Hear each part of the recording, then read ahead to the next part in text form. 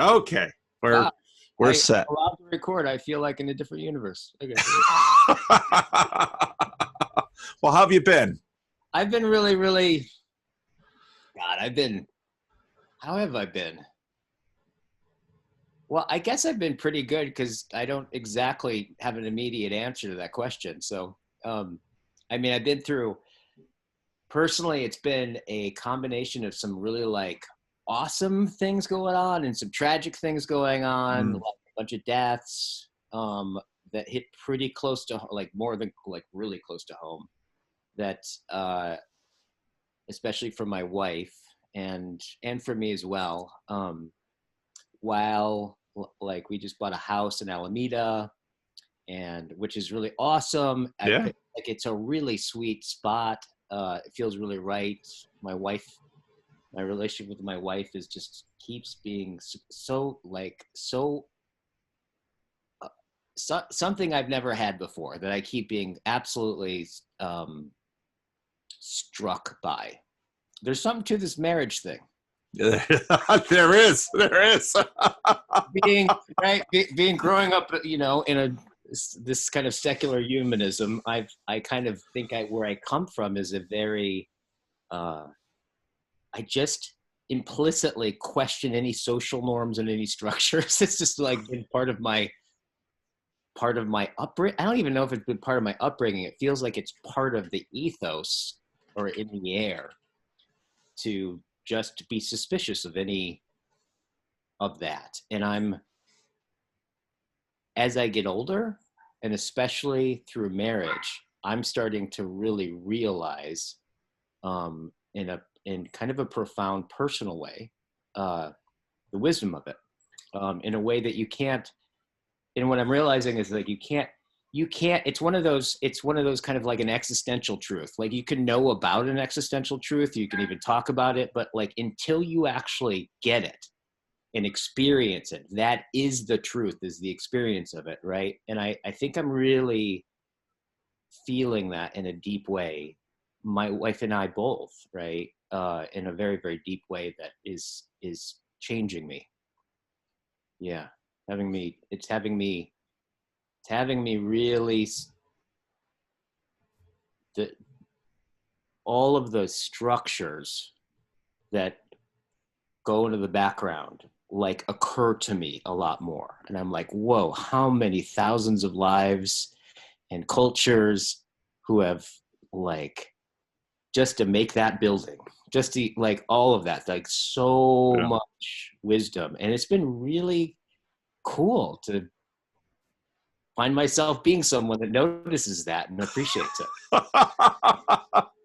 So what about, so I, my parents, my grandparents, my parents stayed together until my father died. My grandparents, there's very little divorce in the family, part of that because, both families, very religious, strong communal bonds, reinforcing marriage.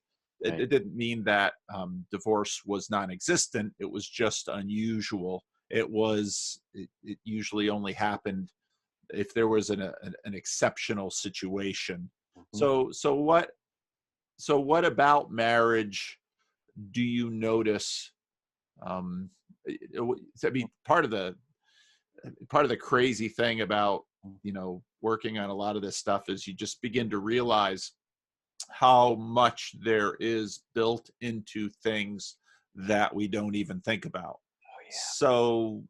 So what aspect of the marriage are you recognizing?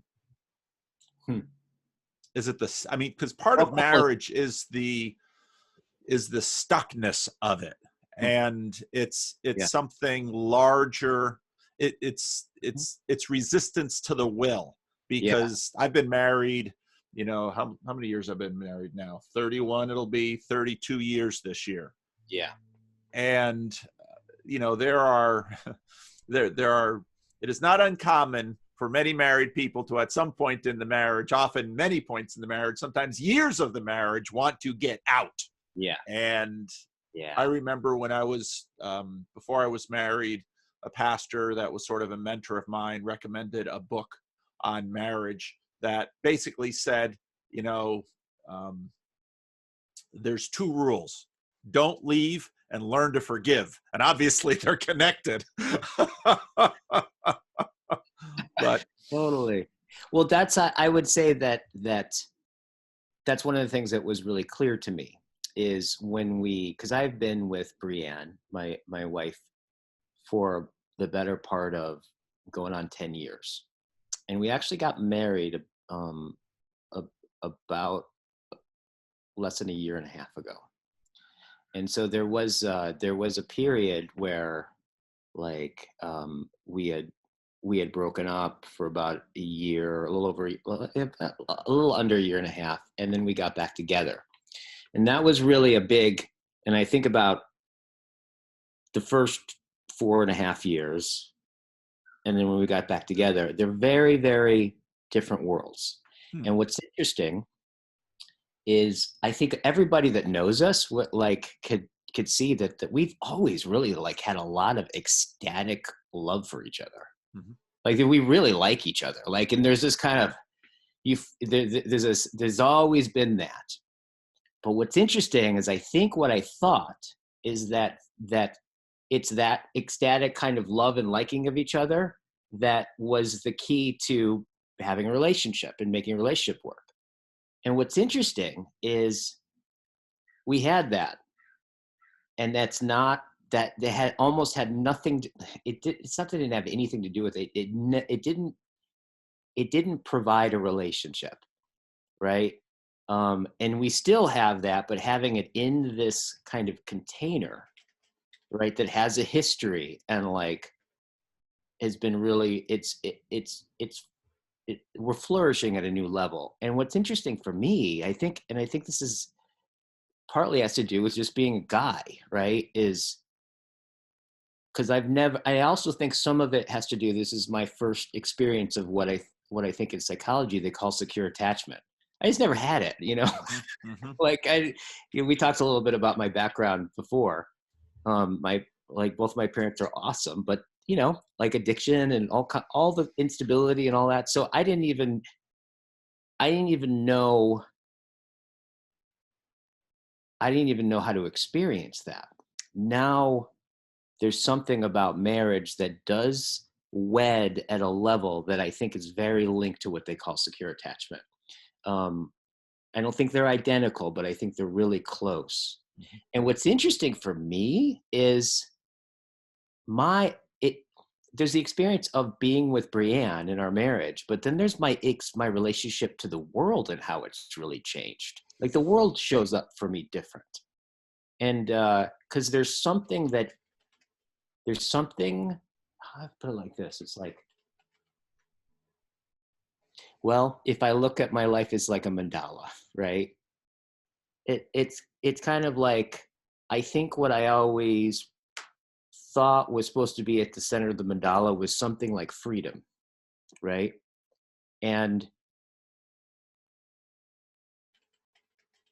But I didn't realize that what ended up being at the center of the mandala was not freedom, but the obsession with preserving it on some level. And I think the sacrifice is felt like is like really actually giving up this guarding of my individual freedom on some level, right? And a lot of that had to do personally with like some deep distrust and betrayals that I had experienced, right? That I didn't even know was affecting my view of that, how I related to that. But when at some point there was an experience, and a lot of this had to do with how Brianne really shifted in her relationship with me, where I was able to unfreeze and go, oh, there's this one place. This is the one place in the universe where I relate to it differently than anywhere else, right? Like, oh, something hurts. Everything stops, and that completely matters, and we have a bond, and everything, that comes first. And I just never experienced that. But when I started to experience that, it was like in a different universe. And what it did is it felt like it took the right thing, and it clunked in the center of the mandala. And then it was like an ontological chiropractic shift that it went out from the center. And I was like, oh, whoa, this is that marriage thing. There's something to that, right? And it's had me think a lot about like the conversations like that we had and that we've been having of like the larger picture of this. Because on one level, there's like Guy and his particular psychology playing out. But at another level, there's like what he's inside of, right? And what his inside of is inside of that also contributed to this being possible. And I look at how marriages, is it 50% divorce rate, and something huge is shifting. It's definitely already shifted. And it's had me think a lot about all that stuff, just through my experience too, It's, there's a lot, not only among Christians, among people who are exploring other faiths and other practices. There's a lot of talk about, becoming less egoic, moving off the ego. Yeah.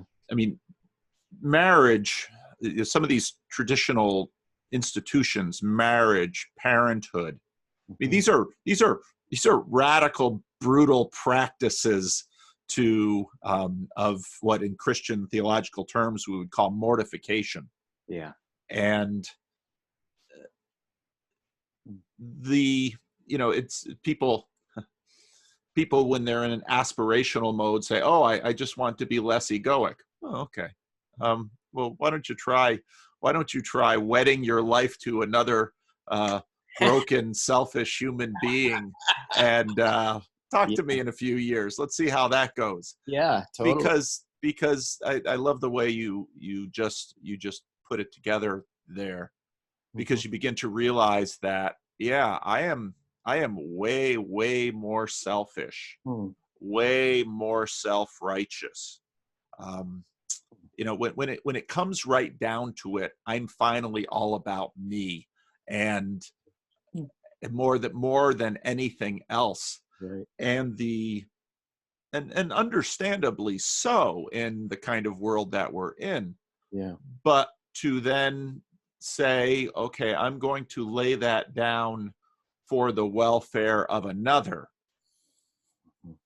Well, what will that mean? Will I be hurt? Yes. Will I be taken advantage of? Probably more than once. Will it be fair? Probably not, especially in my own eyes. And so that sort of laying down one's life for the sake of another who may or may not be worthy of your life. Yeah. Well, this is a radical practice that has been participated within, millions and millions of times over. Yeah. Bringing joy, bringing sadness, bringing loss, and part of, I'm convinced that a good bit of the meaning crisis has everything to do with our affluence and our achievements of building a society in which the willful volition is king. And I've had many conversations with people who, they went to school, they got a job, they did all of this, and it wasn't until that child came into the world that, the love of another binds me. Yeah. And in ways that, on one hand, in some moments I desperately wish to be free of, but at the same time never dare to loosen. And that's something that marriage will teach you. Totally. I'm appreciating a couple of things. I'm appreciating you describing what occurs to me is the wisdom, right? Like I hear the wisdom of not only your knowledge of it, but your knowledge of it, right? Like I hear I can just I can hear the understanding of the trials, right? And then the commitment through, and there's recognition about it being transcendent, and in some way I'm subordinate in a way that even if I doesn't feel like a choice, I would still choose it. Yeah. Right? That Yeah. kind of deep Yeah. commitment, Yeah. and the humbleness around it. I think that's what I'm appreciating. Like there's just something bigger than us around it. And I feel actually, now that I'm talking about it, I'm like, that's actually the feeling I'm having. I feel very like experientially humbled by this process, you know, by this thing. And I think on some level it's kind of cool because um, you know, it's a little bit like somebody. I ran into somebody today that had this kind of enlightening experience, right? And how he got there was had, he died and was resuscitated, and he experienced this whole experience of being an infant coming into maturity, gaining language, like as he came back. However, he went through it with an adult ability to understand it, Hmm. right? Hmm. And that's kind of like what opened him up. And in some ways, this is what I kind of feel about this. It's like, oh wow, I think at one point this happened just to be a lot more embedded in the background practices that you just did, and it was experienced, but not explicitly in a process of development that was implicit within in the cultural structures. And I kind of feel like, oh, whoa, I'm like, I get to be, watch my own development from a fetus, right, through something, but with the cognitive capacity to track it and to somewhat understand what and be conscious of it at the same time. I think that's what you're hearing is like my inspiration of like what I'm learning about a little bit about reality, right, through my experience of this. It's really exciting.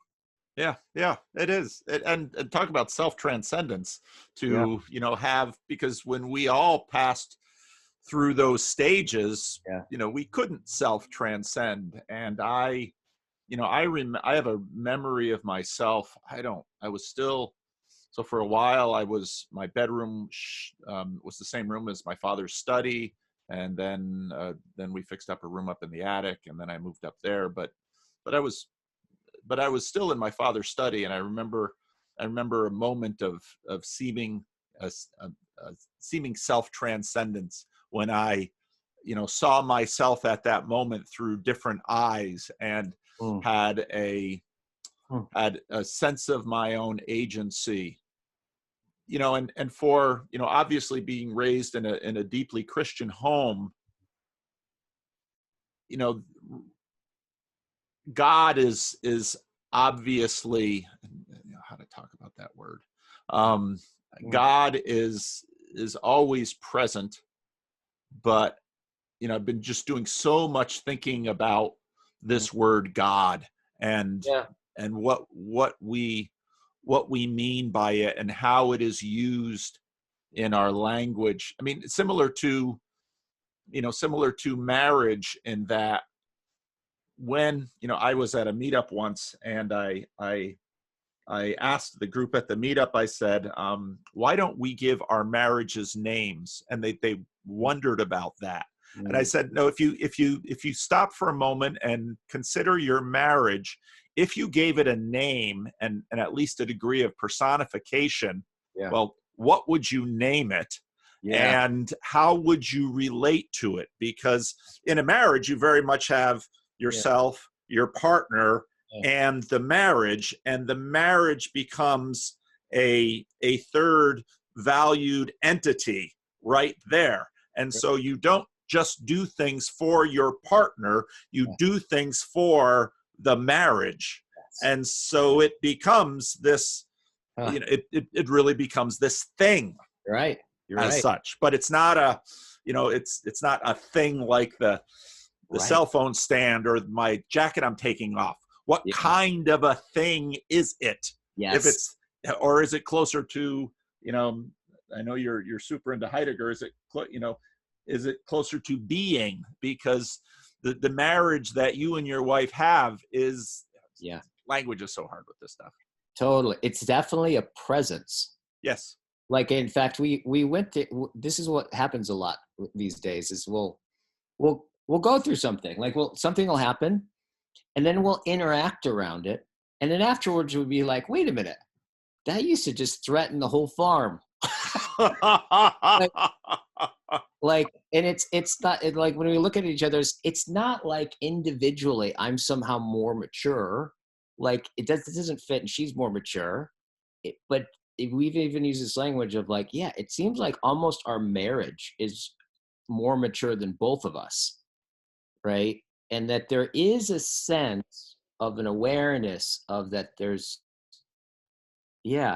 something that there's something that we're tending to that's more important than the argument that we would have, or the something like that. And it really has, I'm watching it organize our life, in a way that I think that's really true. It does feel like, it feels like yeah, you're right. It does have a presence to it. That has it has, in some ways it has, like, I think a little bit of like, a top down, but it also has an inspirational quality to it, right? Yeah, you're right. It's like there's a kind of feminine aspect to it, and there's a masculine aspect to it. It very much, like, it very much has taken over my conscience, right? Like, yeah, very much so. Very much so. It's, the world is a strange place, Yeah. and it's, and then I'd be curious to know, because I, again, being, raised in a deeply Christian place, Yeah. my wife was a Christian, so, Mm-hmm. we didn't live together until we married, Mm-hmm. all of that usual stuff. So Yeah. I don't have the experience. I mean, I have the experience of having a relationship with the woman who would become my wife before we were married, but I I I don't have the sort of, you know Uh-huh. living together, sharing a bed, all of that Oh, that's pretty. without the marriage and then with the marriage. So I'd be curious to know what you've learned in that process. Well, here's the thing is, if I were to look at it, right? So in many ways, I've been fumble fucking my way into this, right? In some ways, I tripped into it. Like, and we happened to stumble in it and we found it, right? But if I had a choice between doing that and having it be, having it be part of the implicit sense of things, honestly, I would choose the other, You right? choose which, The one that you more oh, experienced, okay. right? Of like, where it's just kind of built into things, and your individuality is shaped inside of that. Like, that seems, because most of the time people don't, like, what a thing that I'm noticing is that people don't actually trip into it. They trip over a cliff oftentimes, right? Literally.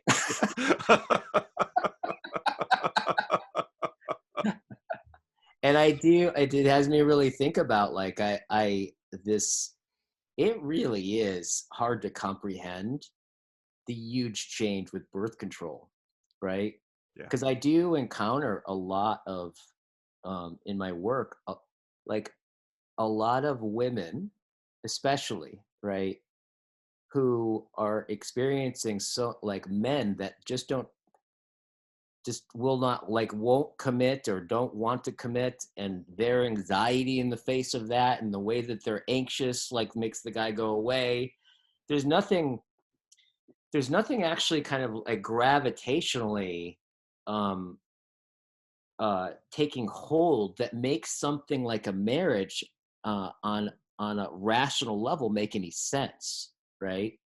Because just like what you talked about, like, and I don't know the answer to it. I feel I don't know if it's marriage. I don't know if it's I'm not sure, but I'm more impressed by to the limited degree I can see things from my own perspective of just really recently, the whole game has changed, but in such a way that it's not apparent how strange it is and how different it is. That's the thing that's sealed in the matter, right? Like, just in my lifetime, just in my lifetime, I look at this, it's like,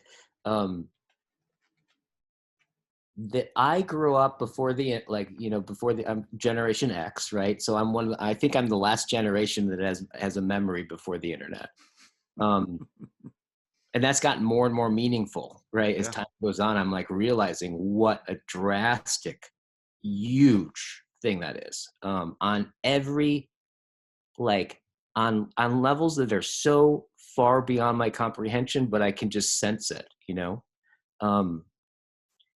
I remember when I grew up, there was a implicit sense that, like, you'll live your life and you will, out in the process of living your life, will meet somebody, right?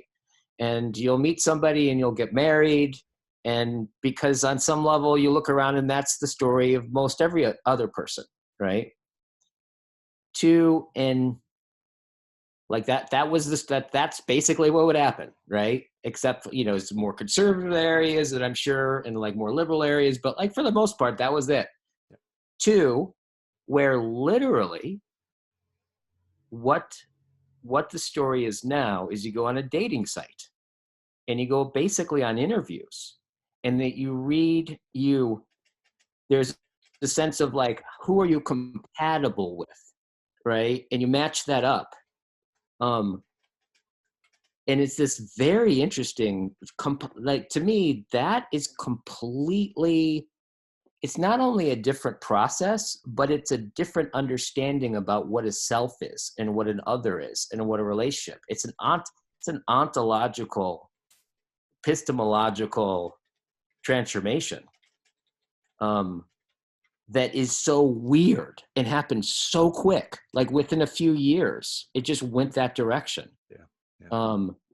Because I think one of the things I'm finding out with this is that what dating sites in the context that arises from doesn't take into account is, it's not like there's me who has a set of characteristics, and then there's you that has a set of characteristics that then are either compatible or not.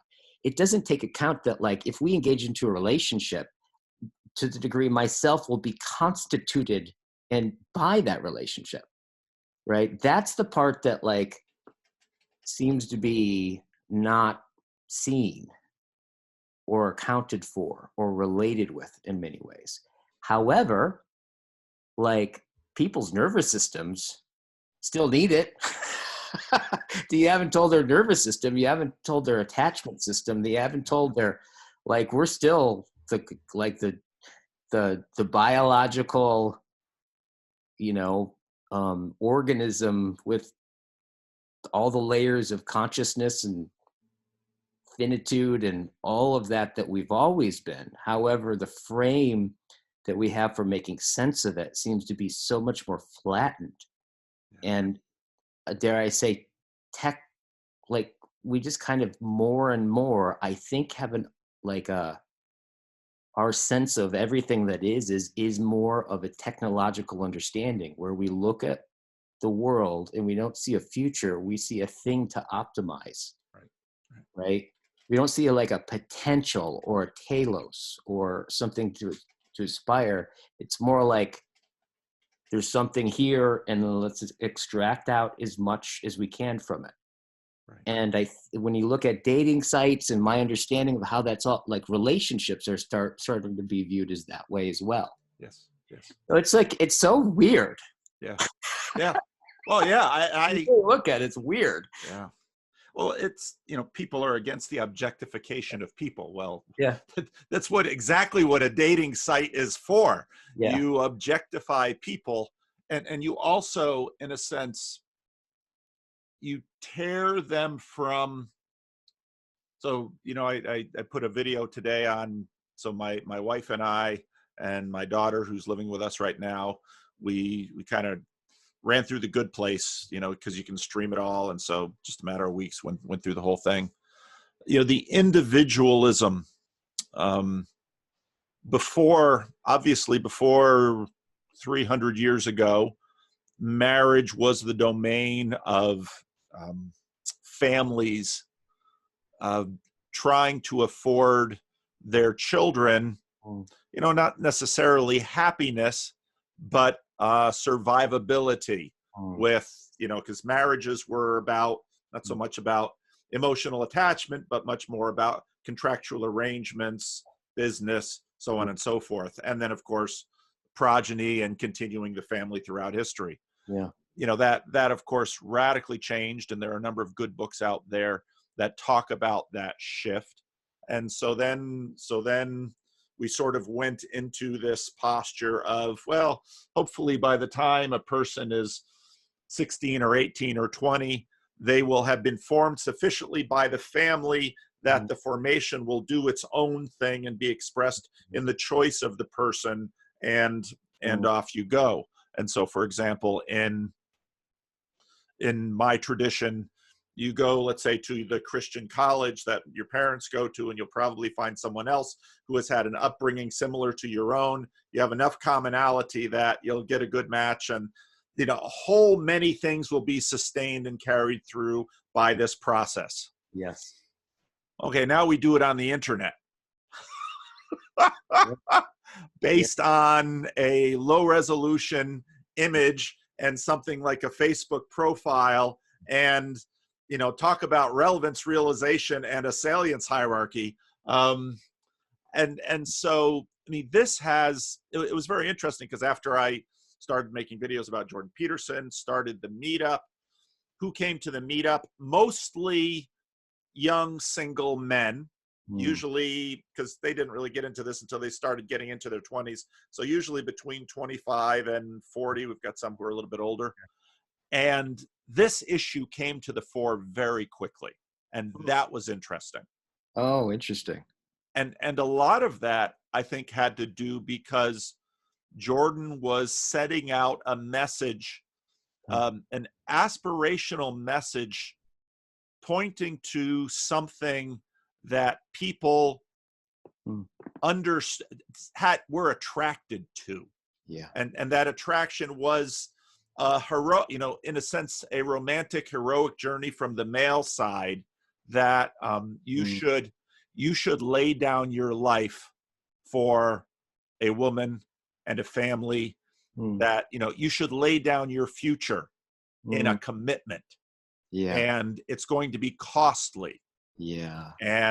But that is a heroic thing that you can aspire towards. Right. And that, I think that's built within a context that says, that obviously has values all over the place, that says you as an individual defined by your skin are not the be all and end all of what this thing that you are is for. You are for something else. You are for someone else. You are for another whole community. And there is no more noble, greater thing than you can do than to sacrifice yourself for that other thing. It's a future, it's a community, it's, you don't necessarily put your finger on it, but you can sort of sense it pulling you into the future. Yes. And that, of course, is in competition with all of the urges and desires and appetites we have, that our commercial society has found profitable to indulge and amplify in our midst. So it's Jordan sort of struck that chord, and a lot of young men began to say, I think I would rather live that life. Yeah.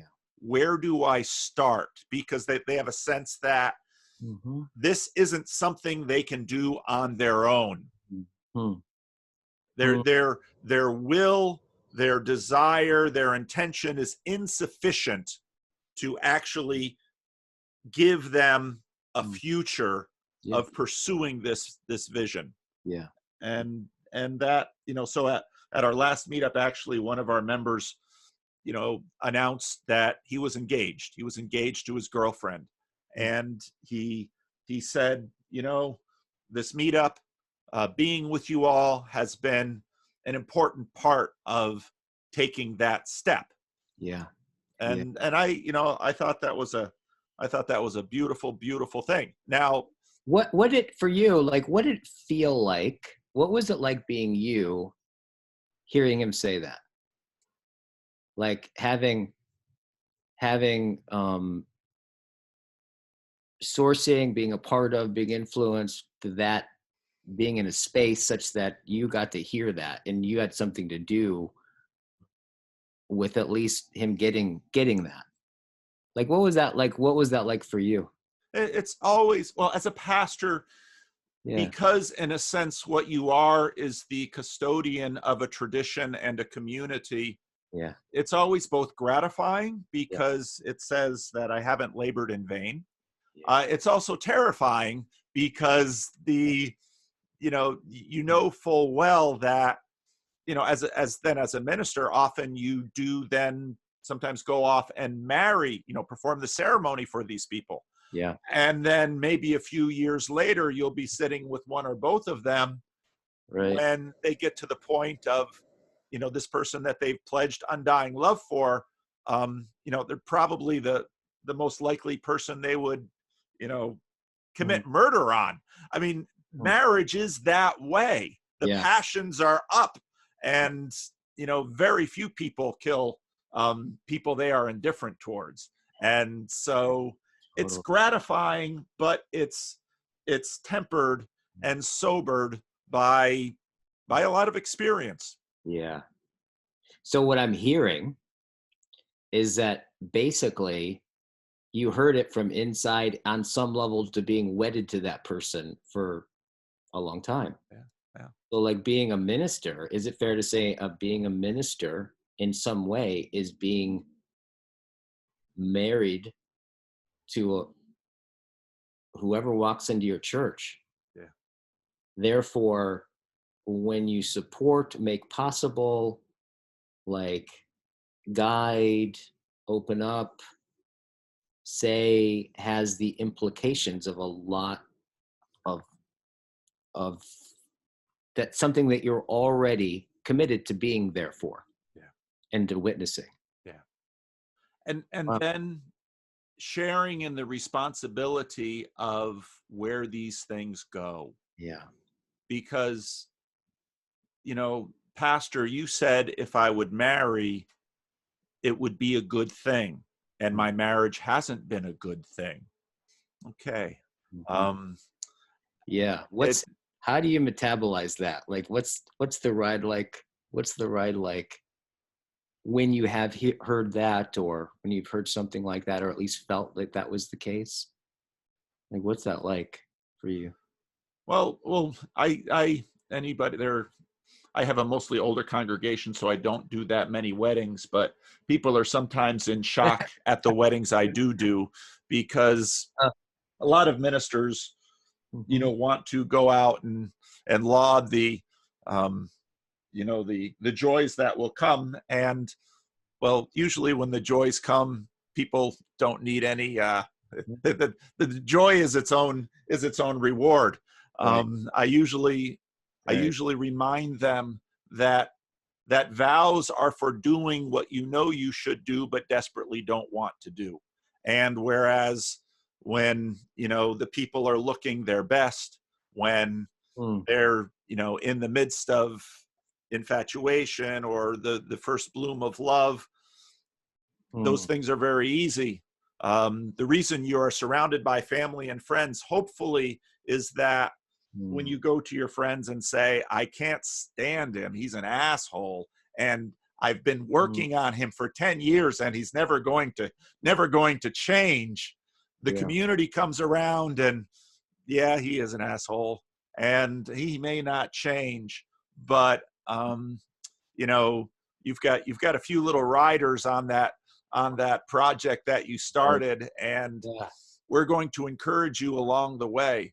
I mean, that's the terror of binding yourself to another person, is the uncertainty of the future. You take a degree of certainty and you mix it with all the natural uncertainty that is there. And so then as a pastor, you spend a lot of time sympathizing, listening, encouraging. As counselors know too, you try to very seldom give direct advice, partly because it's pointless.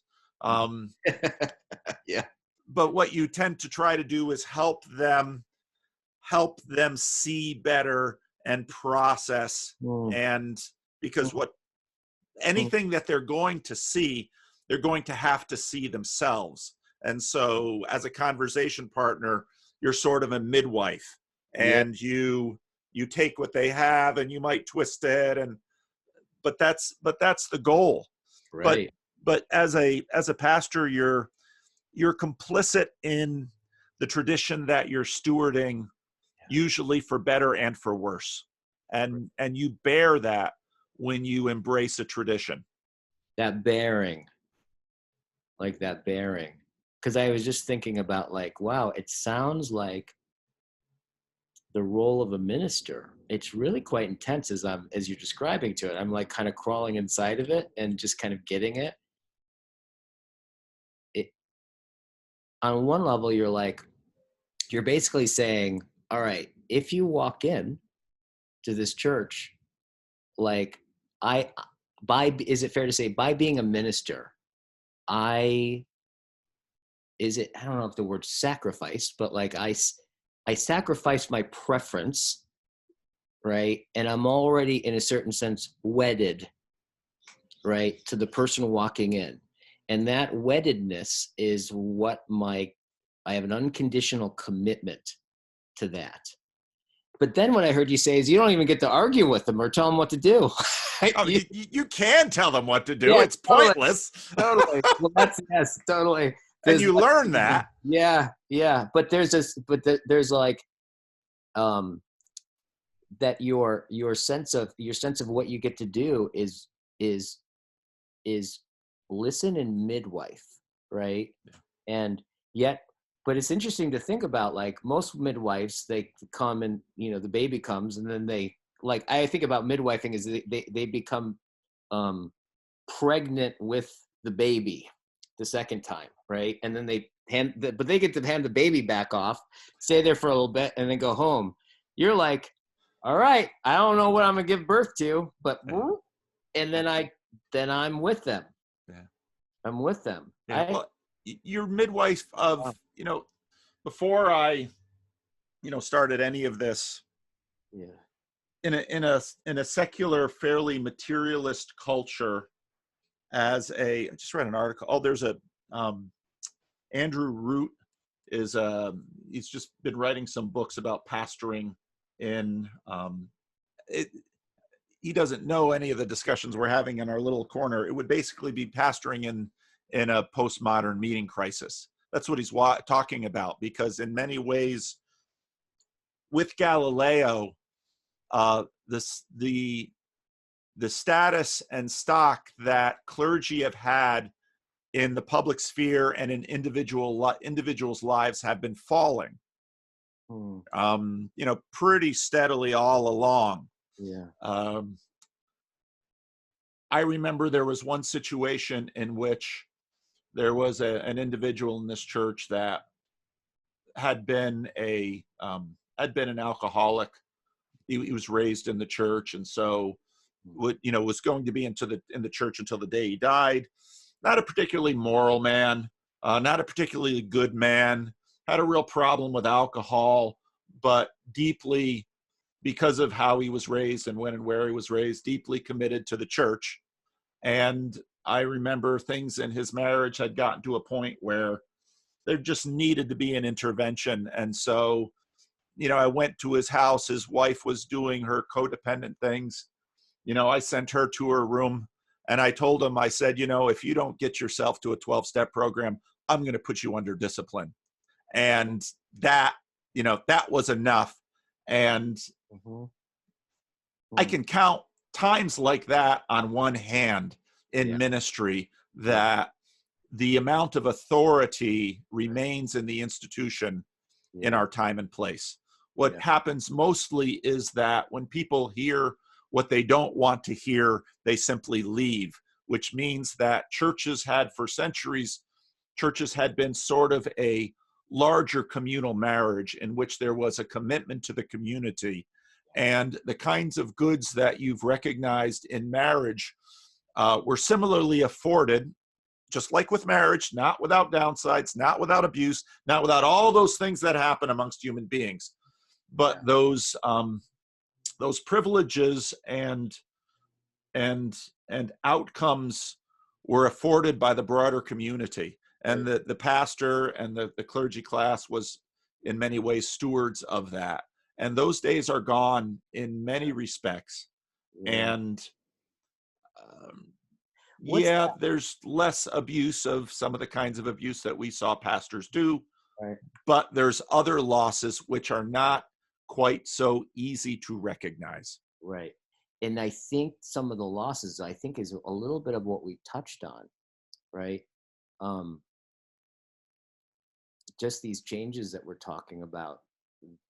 Because I know a big part of even the sense of I'm going to meet somebody in my life and we're going to get married, because they all were like, on some level, that's all like been intimately involved with Christianity and the church. I really appreciated the one of the things that you said, and unfortunately, like you, I don't have time to watch all your videos, but I try to watch as many as I can. And there was one that you really like put this metaphor. It's like the hand. I think you were referring to the atheist argument, right? Is like the hand does everything that a hand does, but doesn't acknowledge its connection to the arm. I was like, that's really a great way of putting it. I'm curious with your circling, because there's no tradition around that. And so I would imagine people drop in, they have a great time, they say, oh, God, this was transformative, this was really cool, and whoop, they're gone. Yeah, that happens for sure.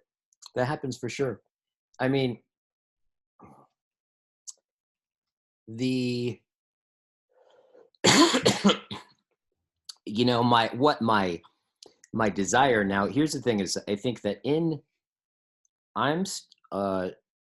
with the circling method, what it really does is it, on some level, it's very much about like, okay, let's draw an outline of the things that make something like deep intimacy and like profound conversations and connections happen. Like, what are the constraints on some level? And so we're going to get together and we're just going to sit inside of those constraints and notice when we're not, and then come back and then just tolerate that. The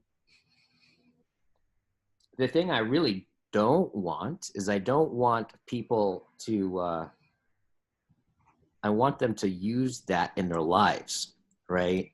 I don't think I want to promote, I don't think personally, I'm not inspired by, having intimacy without friendships, like, which is possible to actually have, right? So it's like, for me, I've always really, it's been like, no, it's just like when you do yoga, right? Like, you're not doing yoga most of the time to get good at yoga. if you get good at yoga, when you're walking around the world not thinking about yoga, your baseline is just more open. You have a better relationship with gravity, right? And that's the way that I really see circling, is it can be really transformative, right? And it has huge impacts on relationships.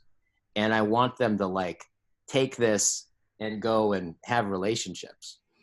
And I do think it is responding. And this is the Circling Institute. I see us responding in a way that's happened in some ways on its own, because it's been as much listening to what's going on that it's circling and the world have informed each other and mutually shaped each other. And I think it is addressing, well, if you just look at it, I think this is the first time in history where all you pretty much need is an internet connection, right? And a room. And you can connect with 1 billion people. You could start a business. You can become a millionaire. You can start a company, right? You can claim to have 10,000 friends. You have your everything delivered to you, right? Without ever having to talk to another person. Now, if you think about it, that has not been that long that where we've had the option to exchange information. Before, you always had to do this awkward thing that's scary as hell, right? Called facing another human being and the big vat of everything they are and the big vat of everything you are, and tolerate the coordination and the possibilities. There's nothing about that that's comfortable, right? Like, think about how long it takes for you to become comfortable with somebody where you can just sit there and not have to talk or do anything. Those are really special relationships, right? That take time. Like learning how to live with, 9 million strangers is so unusual for us, right? Because if you think about it, like if you go before civilization, I was thinking about this the other day. Well, it's like, what must have it been like to where, like, you have 100 people that you're hanging out with, hunter and gathering, and that everybody that you've known your whole life, and everyone that they know, they've known their whole life. There's everyone there. You've gone through all of this stuff, and that's been the whole history. That's going to be the whole future.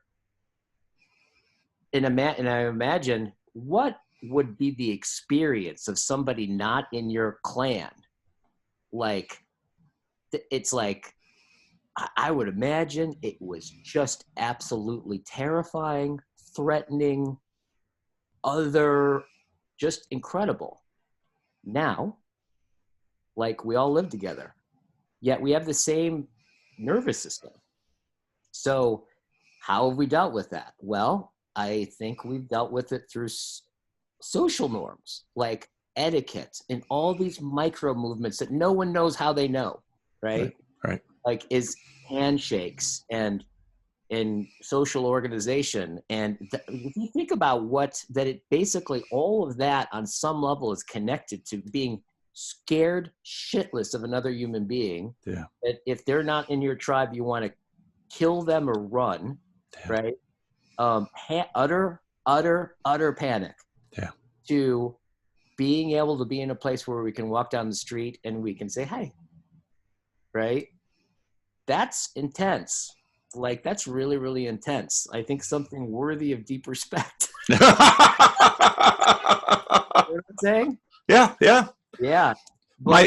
Yes, go ahead. Well, my wife is a Waldorf teacher. And so they start at first grade and they go up to 8th grade. And this year she's gone from 8th grade back down to first grade. And, so she has the grieving of losing the 8th graders, because they very much were her kids for 8 years. Wow. And then you don't realize what a group of first graders do and don't know, can and can't do. Yeah.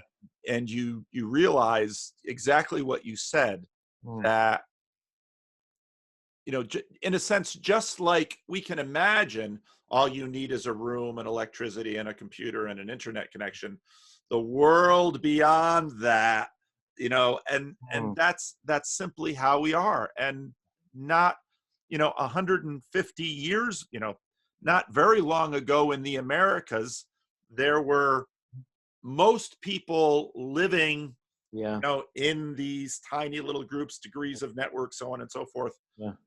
The it's truly amazing.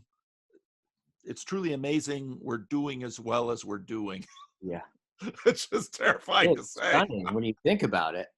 It's stunning. Yeah, yeah, It's stunning. yeah, Like that we can find a way to, like, I can look at somebody and we can make eye contact and that could go well, right? And that being said, right, there's also this other way where we're designed to be around familiar people and to be in contact and like this, like it's really strange. If you think about how important touch is. And I think it's important in primary because there's touch is also a communication, right? yeah, And it's in what it is it's almost like a pure confirming communication, right? This notion of like, you know, when I directly address you, like even if I don't agree with you, I am in my address, I'm claiming your existence and acknowledging it, right? Touch is really like that, right? When I've gone, but now what's interesting is when I've really gotten a sense of this when I've gone and been hired by a family, where sometimes what I'll do is I'll go into a family that's struggling, and the way I'll work sometimes is I'll go and basically move in with them for a couple of weeks, and then and I seem to have a proclivity with losing the guest in the house feel pretty quickly, which you need to do yeah, so they get to do their thing and they're yeah, not performing or anything, yeah. and just work with the family as it families. So I've learned so much from that. I can imagine. Yeah, but there was like there was one family that was just so isolated from each other, right? This notion of having your own room as a value, right, and actually as a status symbol, right? Um, is so strange when you really think about it from this level, right? And so in this particular family, everyone was so isolated from each other in an extreme way. I could never catch them in. So the dynamic Yeah, was played out in their distance, yeah, right? Where with yeah, some of the other families, they were more on top of each other, and like we do a lot of work in the car, yeah, right, and work out these things. And yeah, so then what we had to do is I basically had to work out with his dad. Like I was like, okay, let's unplug the back of the house and say that the power was down and PG&E had to come, which forced everybody out of the rooms into the living room, which of course forced the conversation that everyone was like not having. You know, yeah, that was yeah, really like that kind of stuff. yeah, But engaging in those, and that actually ended up like really transforming the family. It brought a lot of things up, yeah, and it wasn't, yeah, it didn't lead to a fix, but it actually led to things actually completing that were bad. It got worse, but yeah, having to deal with it, right? yeah, yeah, And I just my sense is that we live in a time where the having to deal with everything that it takes, that traditionally is how we form an identity, is in those interactions and being an other for others, right? In all of the micro and the macro sense of that, which is so integral, yeah, almost synonymous with becoming an agent in an arena. yeah, yeah, We have more and more options to not have to do that. yeah, And I was talking to somebody who had taken our course a couple weekends ago, and they have a couple kids, and they were just, she was beside herself talking about her kids. She's like, yeah, the FedEx person rang the doorbell, and the kids were terrified just to answer the door, yeah, right? yeah, And here's the thing: it's the terror, right? Isn't the issue? It's that it's because it's always been terrifying, yeah, right? But what's the issue is we have more and more ways of not having to face the terror because it's not necessary. Yeah. And I think that division has happened so quickly on such a short amount of time that we have no idea how that's actually affecting us. Yeah. Right. Yeah. And how it's changing our self-understanding, our sense of ontology, like what is or isn't important, our sense of identity. When I feel into kids, like teenagers, there's a level which when I feel into them, I'm like, whatever it is that when you kind of like, whatever it is that tells you you are you, whatever you touch it on that has you go, oh, this is me when I wake up in the morning. It's a very different thing that they're touching. Then I don't know exactly what it is. It seems a lot more distributed. It seems a lot more lateral. And what they call real is very different. Like, and I'm just, this is why I really appreciate Heidegger when he's talking about the age of technology as not being about technological advices, but what it's expressing is a very, very, very, very different and deep understanding of being that has a particular characteristic that it's an understanding that in its understanding hides its totalizing power, right? And that is kind of you notice that with technology is these epic breakthroughs happen that are normalized within 2 days and no one notices them. And then everyone lives inside of them and then they're shaped by the thing that they're living inside of. And then they don't really even track any of it. Yeah. So the one of the things I've appreciated about your videos is I've always felt with you, right? This, or recognized, I think, a particular tonos, right? About basically being, for us in our view of where we are in history, we're like an ant on top of an elephant. And as an ant, we can only like see this much in front of us. Yeah. That like, is it contrasted to a lot of what I'm hearing about, which kind of, I think, has this presupposition that we can actually just change history, or we can just change. We can develop a strategy and have a different ontological understanding. In fact, we can go to the grocery store and like, take your pick. Would you like to do? Which on some level seems to be, I've always been like, wait a minute, I don't even know what the hell I am, right? There's a certain, I think, an awareness that feels implicit and explicit in you that like honors the fact that like there's so much going on that we can't see. In fact, what it is to be human is to not be transparent to ourselves, right? Like, in that kind of sense of there's a greater movement going on, right? That like, it's not the kind of thing that we can get clear about, right? And then act on. There's something about that I've really appreciated that about you is that kind of an understand, like it just seems like a wisdom of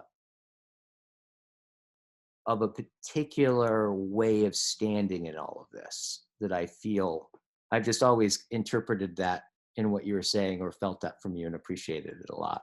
Well, thank you. Thank you. I am regularly astounded at how adaptable human beings are.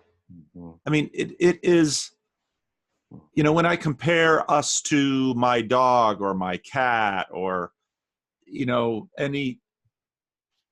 this whole idea of, you're describing a home in which people are, they're disconnected because they're living in their little boxes and they're living on their little screens.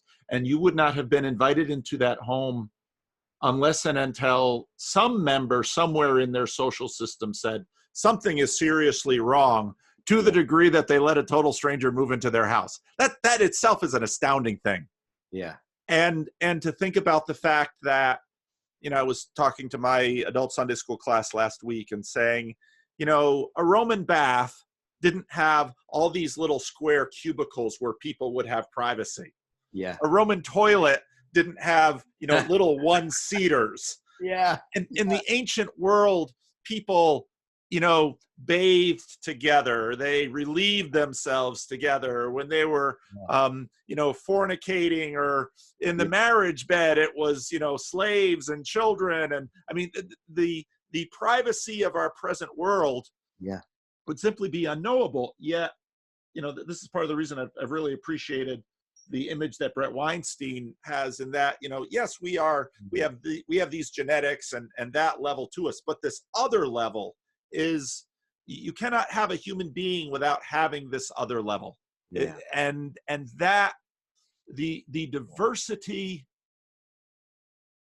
how deep that diversity goes when you see it is simply breathtaking. Right. Right. And so to me, well, how would you represent such a thing? Well, it gets represented in a sense in humanism, which comes from Christianity. And I don't know about other traditions, but that we are made in the image of God. We are these godlike beings that at the same time are so frail and so ridiculous and so stupidly capable of utter folly. And that's how we are. I've so appreciated John's emphasis on wisdom institutions, because we don't even know what wisdom is, and it takes so long to learn. And it's a life as we live it today is both the most astoundingly, at least for many of us who live in the developed world and places like California, how unbelievable our fortune to live in such a time and place, to live as we do. I mean, it's just an outsized miracle of which, we can take so little credit ourselves for it. Yeah. Everything else. And right. So. Yeah, it's like wisdom seems to be, the more that you have it, the more you realize you aren't. Like, yes. It's one of those things where it's not a human possession. No. Right. And that's what's a little bit scary about this kind of, I don't know, this techno enframing, optimizing sensibility, is that it's really about like kind of extracting resources or something that in like the least amount of time it takes, the more it collapses distances, we just implicitly value it, right? It's for me too. I'm like, I'm of that, you're of that. Like here we are. Hard to even comprehend it, right? Yeah. This is kind of interesting. So these things with conversations, there's something different about it, I think, that captures my imagination.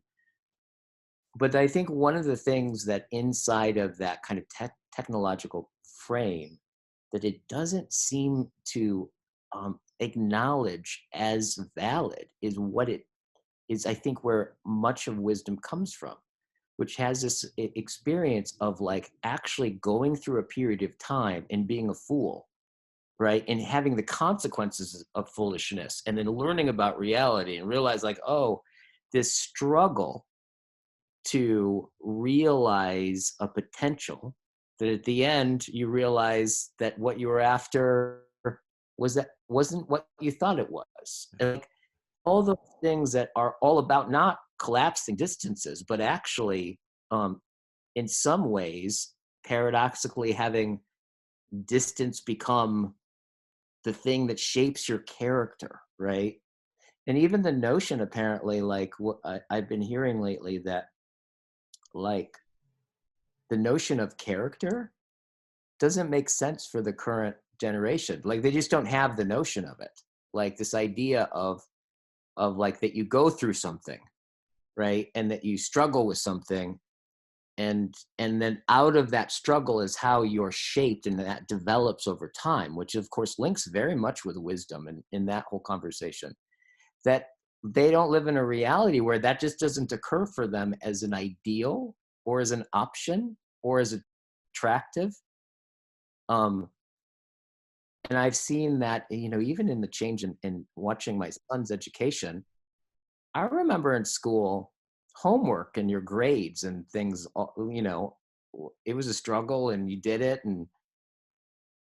But it seems like the current educational system it's all about these kind of tests that they take, Hmm. that they can, like, it's more, if as long as they pass these tests, which are usually measure something that's like based on intelligence, basically, like not necessarily what you've worked for, right? If they pass all these tests and they ace all these tests, that's what matters. And the actual schoolwork and their grades don't matter.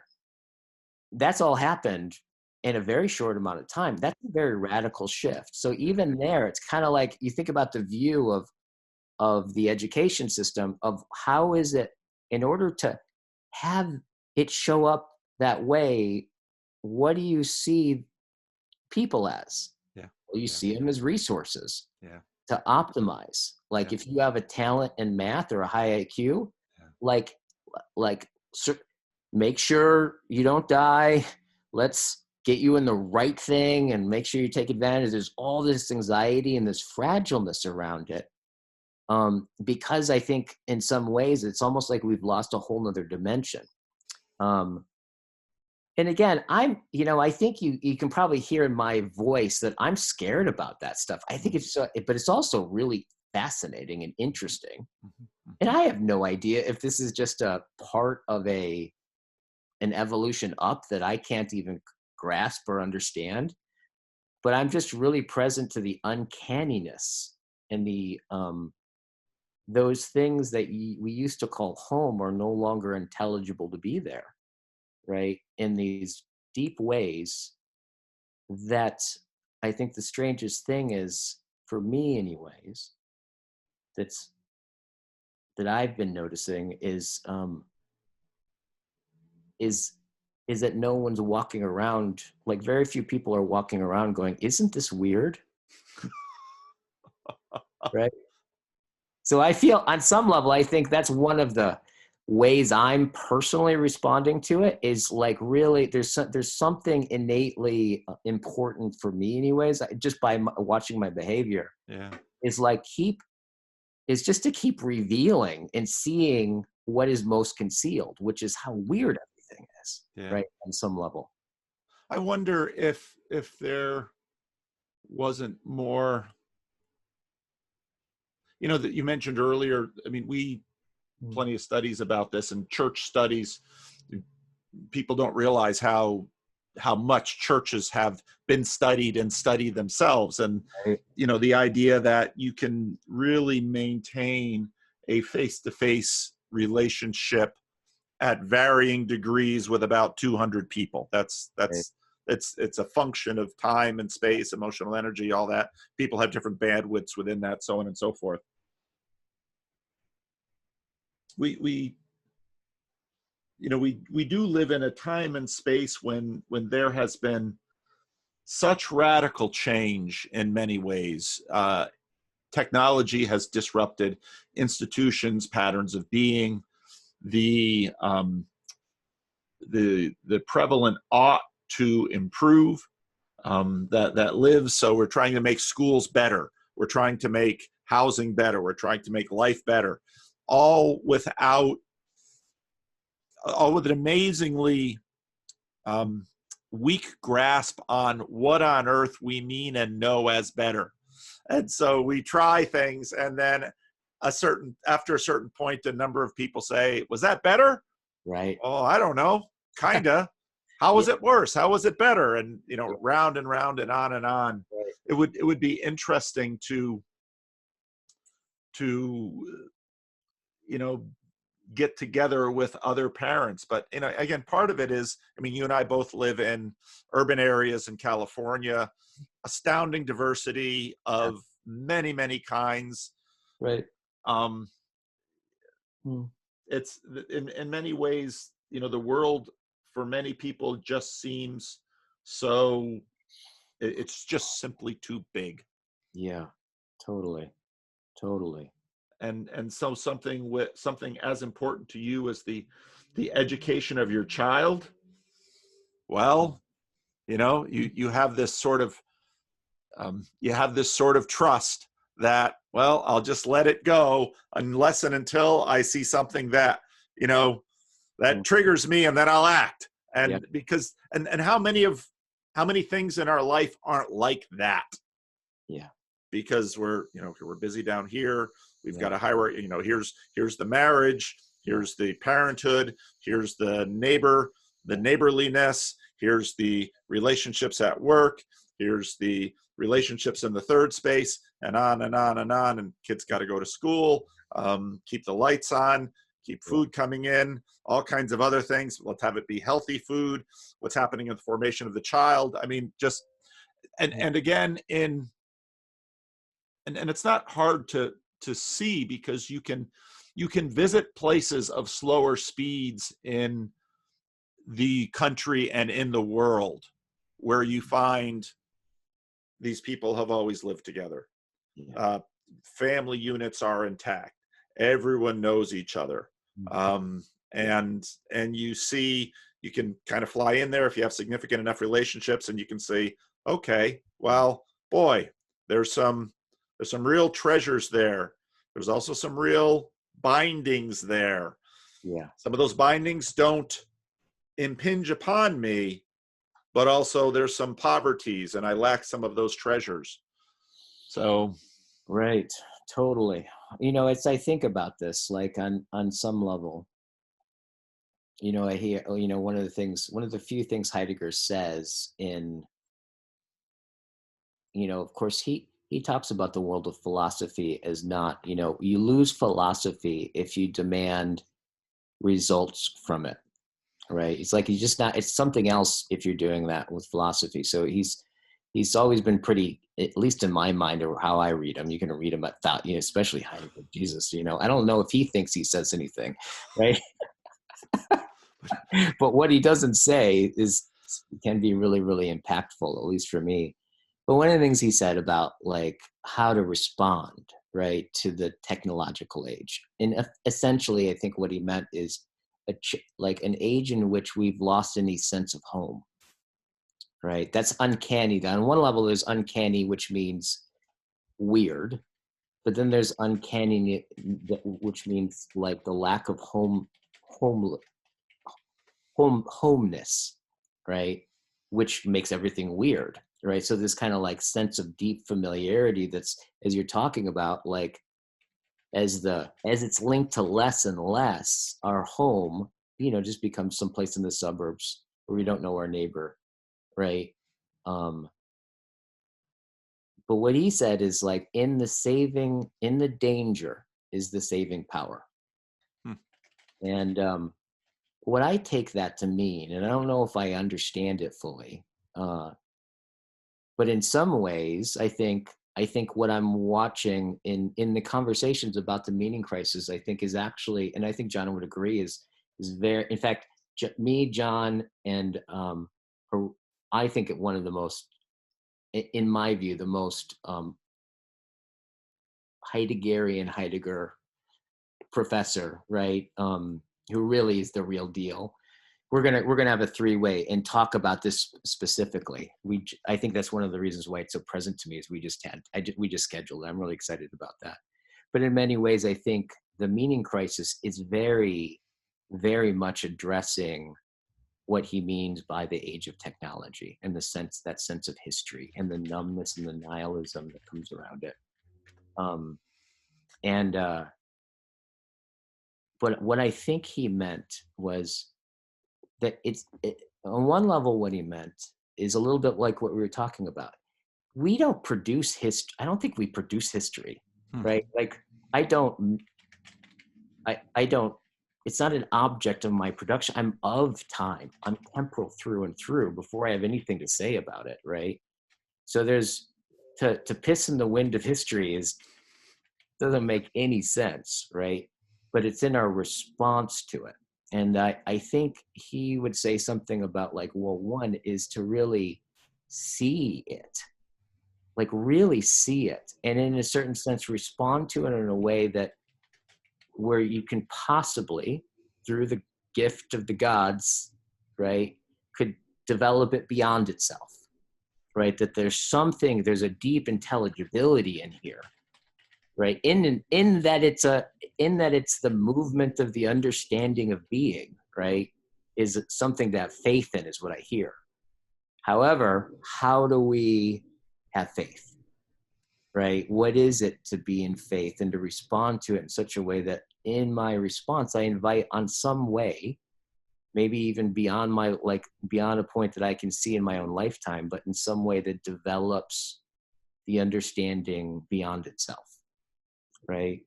I don't know what the answer is. Like when I ask myself how, I get kind of a little bit blank.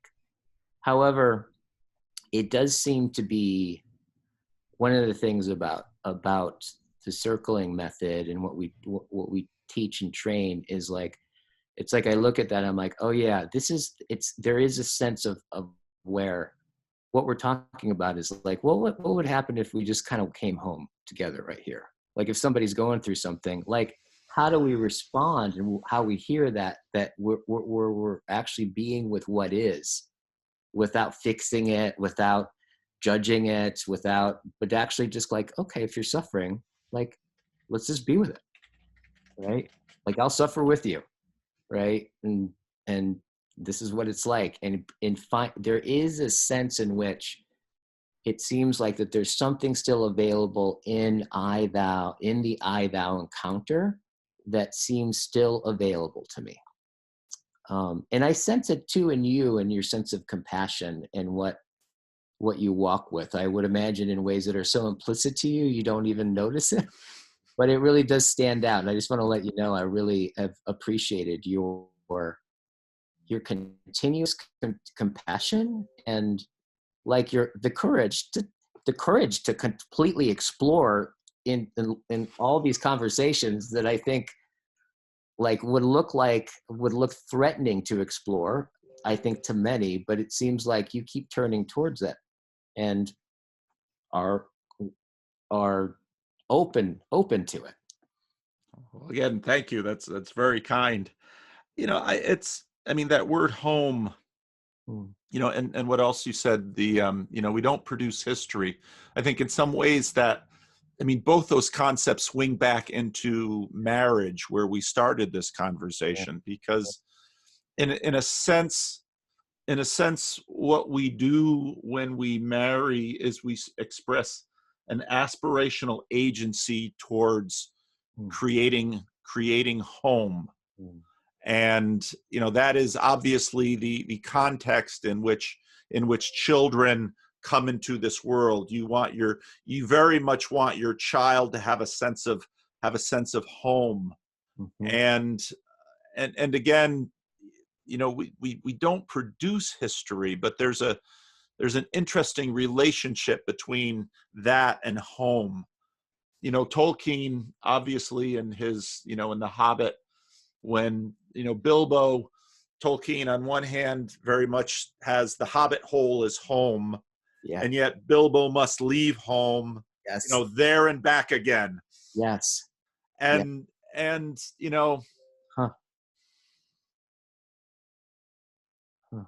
one of the things, so, I think a lot about, we obviously have this longing for home. This is deeply built into a lot of church language.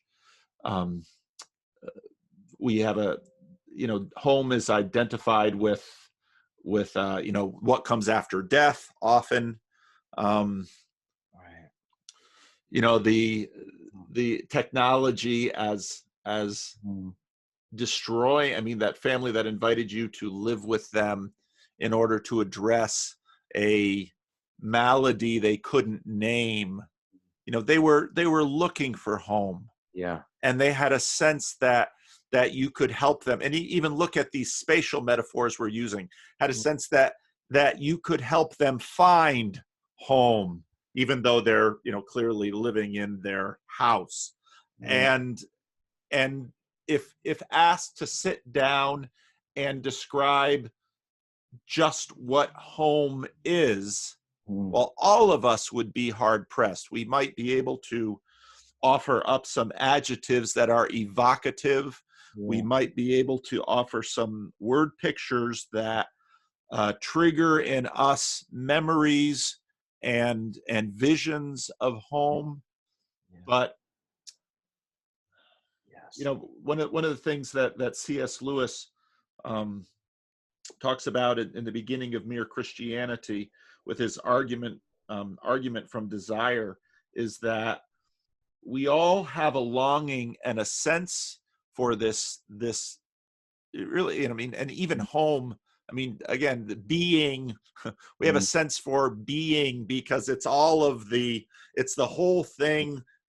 It's in Christian terms, the language is consummation, which is obviously connected to a couple consummating a marriage. And in the book of Revelation, it's the consummation of Christ and the bride. It's the consummation of heaven and earth. It's the consummation, and there's, we don't, Lewis points out, we don't get there here and now. We taste it, and Lewis notes that the tasting of it is spread liberally, in that it's some of the best meals I ever had were in some of the poorest, most remote communities you could imagine, where usually women would sit by a charcoal fire and work on a meal of some fish and some rice and a few seasonings they could get together, and that meal would be cooked over the 3 or 4 hours we had in the church service. And then you come out and you think, wow, so if these people who have so little, at least they get to share in this joy. And so that, and this is part of the reason that I will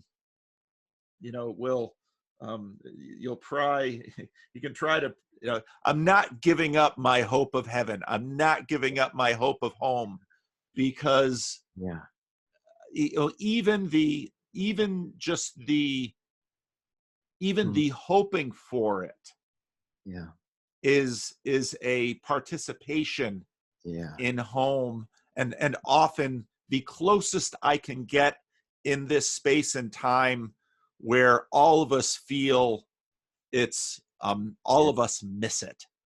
So I'm really appreciating kind of like, as I feel like I just took a walk with you, right? So as the process of understanding what you were just saying, I felt like on some level I had to actually recognize what you were saying in a certain sense. I just felt really, I appreciated the way that you just expressed that.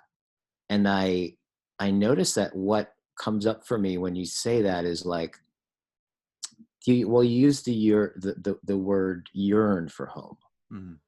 Right? Yearning is, to me, seems to always kind of connotate that, and like a yearning in some sense is, it usually kind of evokes something that you can't get, like an object you can't possess. You yearn for God, or you yearn for something transcendent. Therefore, on some level, the yearning itself is its announcement, right? It's like it. Yeah. So in other words, it's like this very, I felt like on one level, this, it's a very intimate thing to yearn for something. And it announced, I think it probably displays a little bit of the nature of what home is.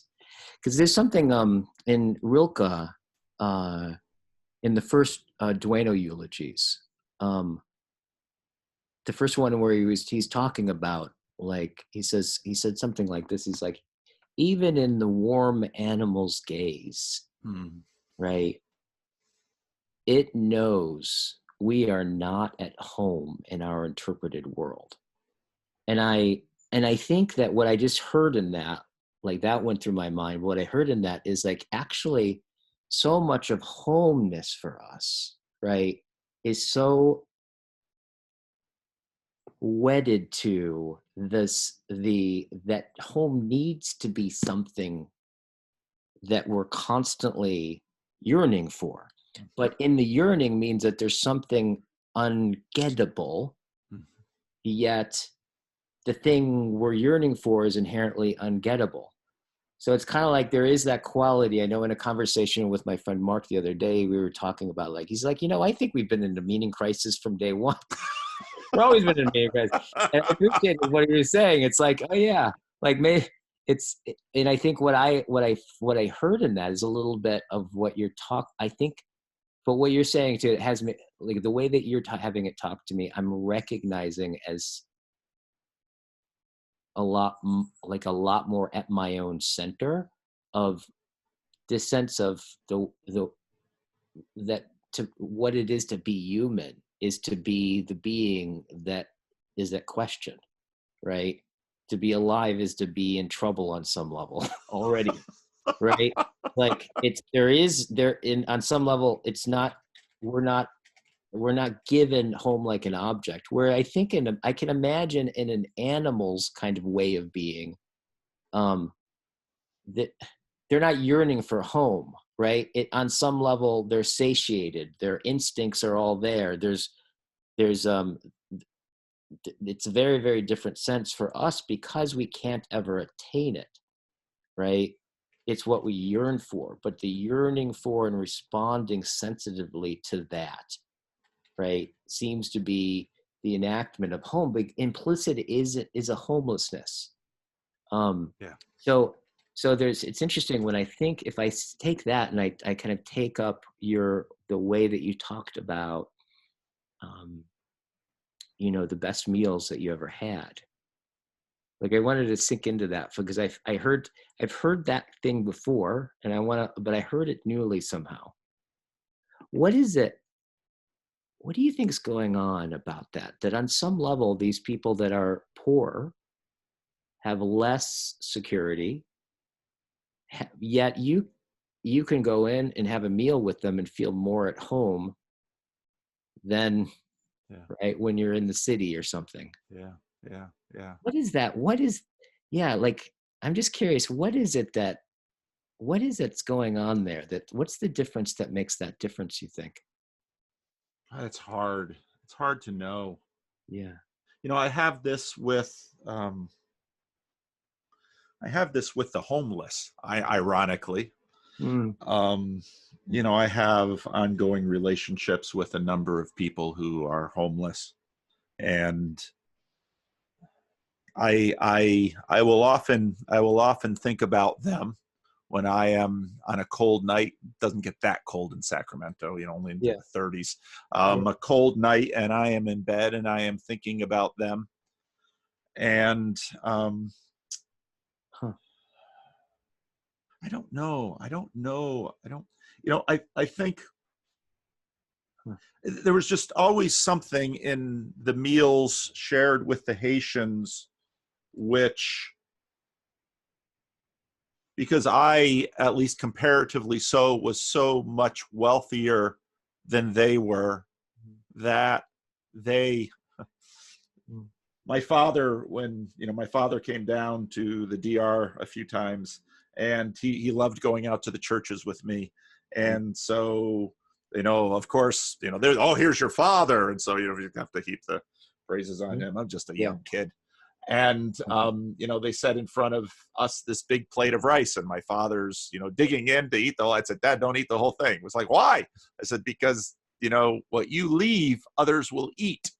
And so eat enough to demonstrate your gratitude and your appreciation for the fact that Right. these people who struggle to feed their children have just placed an enormous heaping plate of food in front of you. Yeah. And and everything that goes into that. Yeah. And boy, Huh. the another thing C.S. Lewis writes about that has impressed me deeply.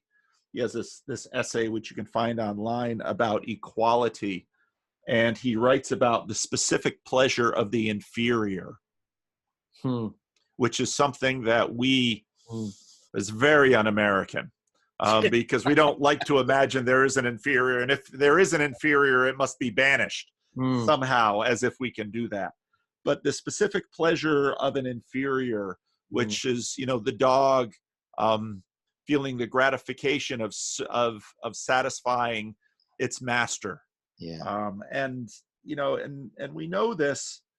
We know this in lovemaking.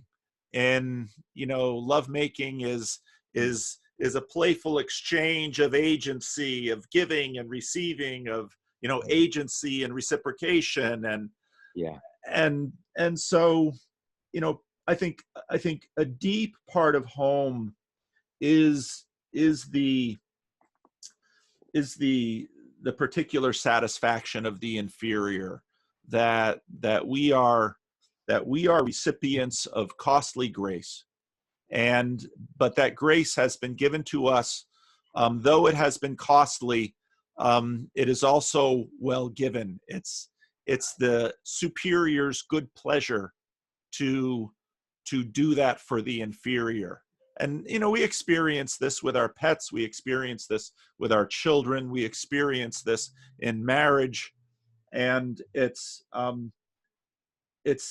experiencing the fullness of life as being able to participate and indwell in the various positions within relationality. And home is, again, I think it gets back to the marriage conversation. In that marriage, there is a participation in home like there can't be without the audacious promises given that none of us can really live up to, and the other person knowing it. Wow, that's interesting. Wow, it's a couple of things. I have so much going on with you right now. Like in this conversation, so many things are present. I have like tears coming up to my eyes. My heart feels super open. Like there's just so many things that just moved me in what you just said. Like, first of all, I felt really impacted, like by when you talked about, the homeless. Sometimes when it gets cold out, I think of them. I think what I feel struck by and moved by is that they reside in you on some level. Yeah. Right? They're in your breadth of concern, right? Like just that way of being is just really moved me, like what you just demonstrated there. Like just by being you and the way that you live your life, I could feel where that comes from. And I could feel, what comes up to me is actually something that you said to me in our first talk, which by the way, I loved our first, like when we talked, right? Loving this one too. But one of the things that you said to me that I learned a little bit more about my own history in our conversations. And through some of the things that you recognized, you put it in a way that like had it be so much more present to me. And one of the things that you said is, you really got my grandparents, right? Who in some ways kind of saw me and saw my parents kind of like in the instability and stuff. And you said this one thing, and I've thought about this over and over and over again. They poured their life into this young man. Like poured it into, it's like, I was like, that's exactly what they did. Like they really did.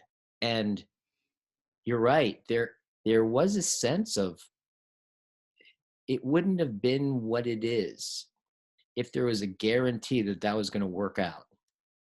like on some level, I think that pouring was in the presence of a recognition of unable to fulfill in any controlled way, whether or not this pouring of my life. And, you know, it's the last part of their life, right? It's like in many ways, they could probably be like, I've already done this, but they thought of me. It was cold, right? They held me in that way and so as you're talking about that, there's yeah, you're right. There's an inadequacy or what was it that you said in deficiency? What was the thing that you said about what was inherent is the awareness of, is it lack?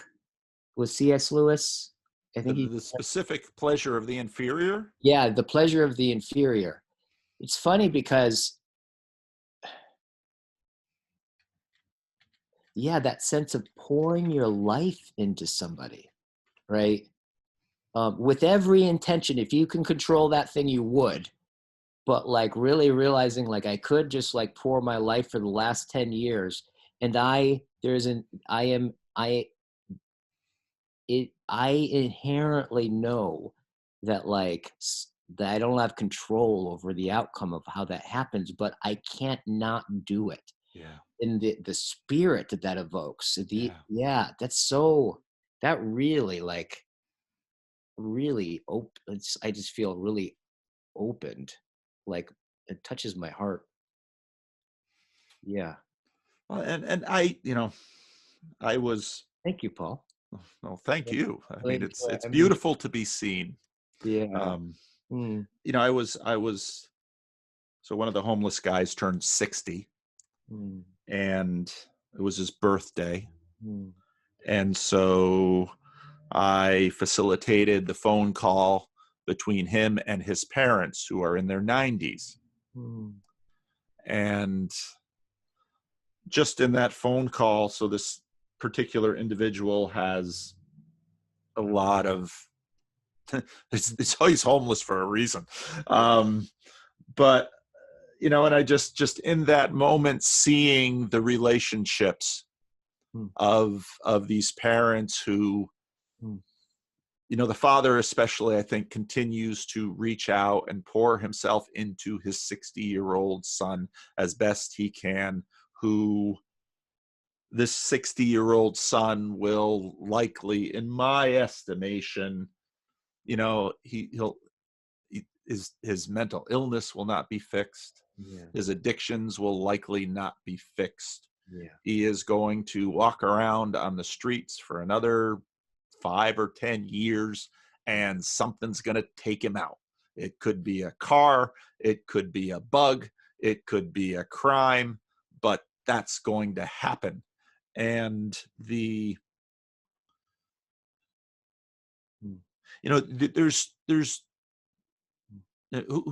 why should we care about something like this image? Yet we do deeply, and we have, again, a yearning, a longing. We have a sense that that shalom, that life, the way it should be, has been deeply ruptured, and we have a yearning that it be healed and restored. mm, And we have a yearning that that there could be home, and home includes, the father and the mother embracing the son. Now, this 60-year-old individual is also divorced because his mm, marriage couldn't take everything. Father of four, right. and who his children I've met one of his children. Yeah. They're young adults in their 20s, and you see this, and my heart longs for restoration. My heart longs for that they can find home. And, even on the little short phone call, when the 90-year-old parents and the 60-year-old son are trying to find each other in the conversation, Yeah.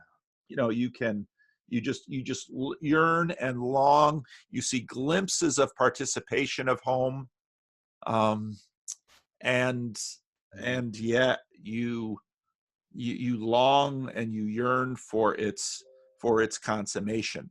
Yet we don't know what we have inklings of what that would look like, but we don't know how we could make it so.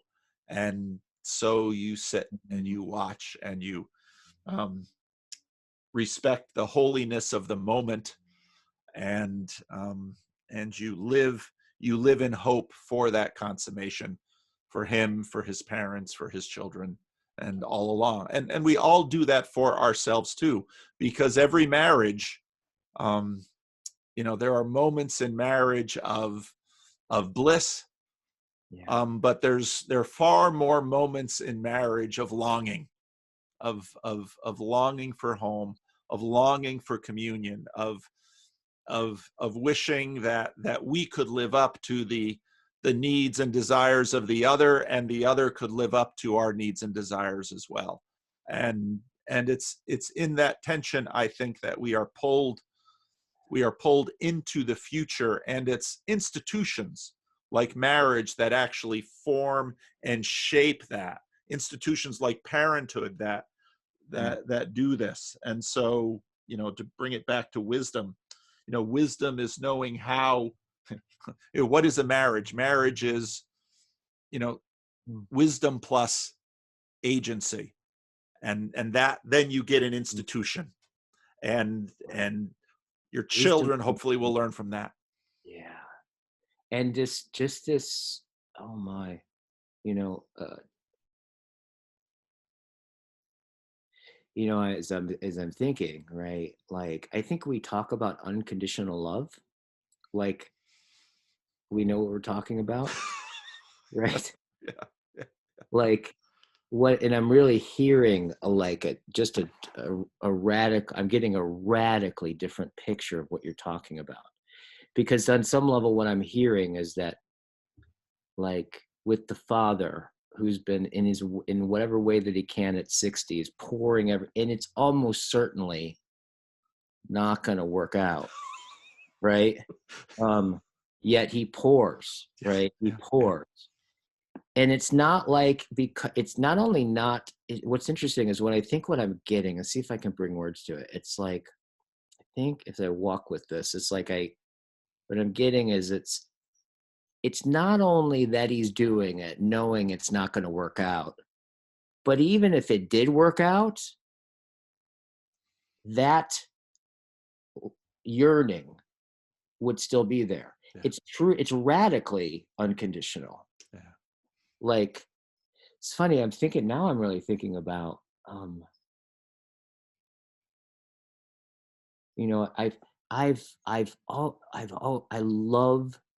I've always been so intrigued by the two fingers of Michelangelo, Mm, mm. right? I think there's a profound reason why that captured us, right? Yeah, yeah. It's like, my understanding is, when I studied painting, like, that scene is always, before that, was always very depicted where it's kind of like the human being was the meager one that was yearning for God, and like God was kind of had a distance or an indifference or a sternness to it. But all of a sudden, like, that painting is considered the culmination or the peak of humanism of the Renaissance, right? And no wonder. It's like, because here Michelangelo's like, no, God has tendons and guts, and it's like eternity actually yearns for finitude, right? Like, that sense in the pit, and they don't touch. And if they did touch, no one would even look at that painting, right? It's that they don't touch, which is the thing that is so touching about it, right? This sense of, and I oftentimes have Mm. gotten that picture of, like, when I've been really, really, like, with people, and like, you really see their hearts. Just get this sense. It's almost like in every human heart are those two fingers. And that experience, and just like the movie and the book that was written about Michelangelo, they call it the agony and the ecstasy. And there's like, this is like, whatever this is, right, seems to be an experience of absolute, like, could be torturous, but and the very same thing can be ecstatic. And I'm just present to that as you're talking. of that on some level we're talking about something so personal, Yeah. right? Yet something at the same time is so transpersonal, like Yeah. so, but almost like, yeah, it's really rich. I just I mostly just feel it in my heart. I'm trying to bring words to,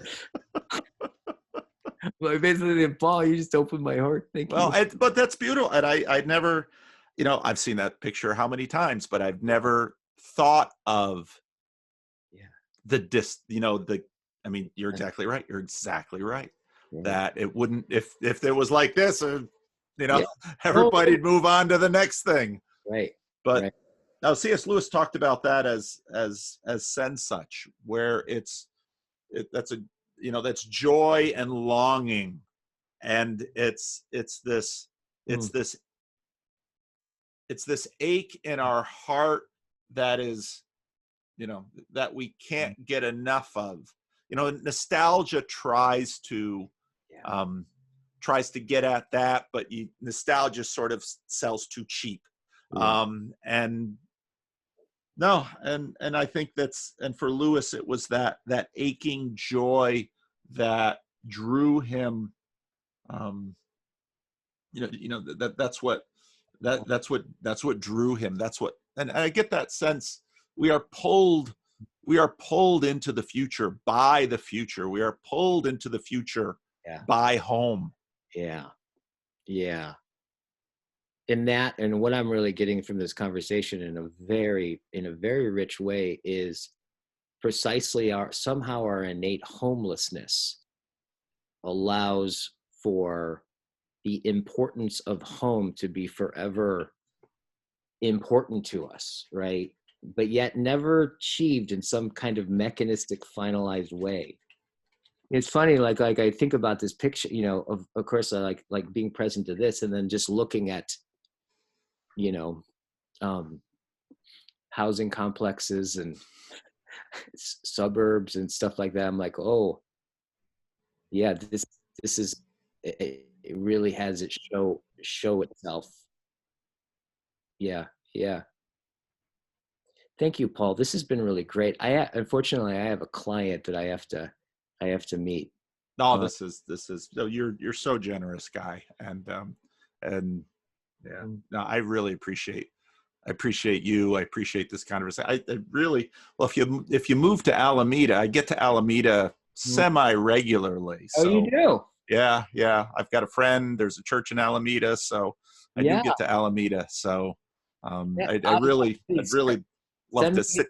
send me an email. I'll send you my phone number too if you want to text me. Let's Okay. definitely get together. Okay. Great. Yeah. Thank you, Guy. Thank you so much. Mwah. Take care. Bye. Bye-bye.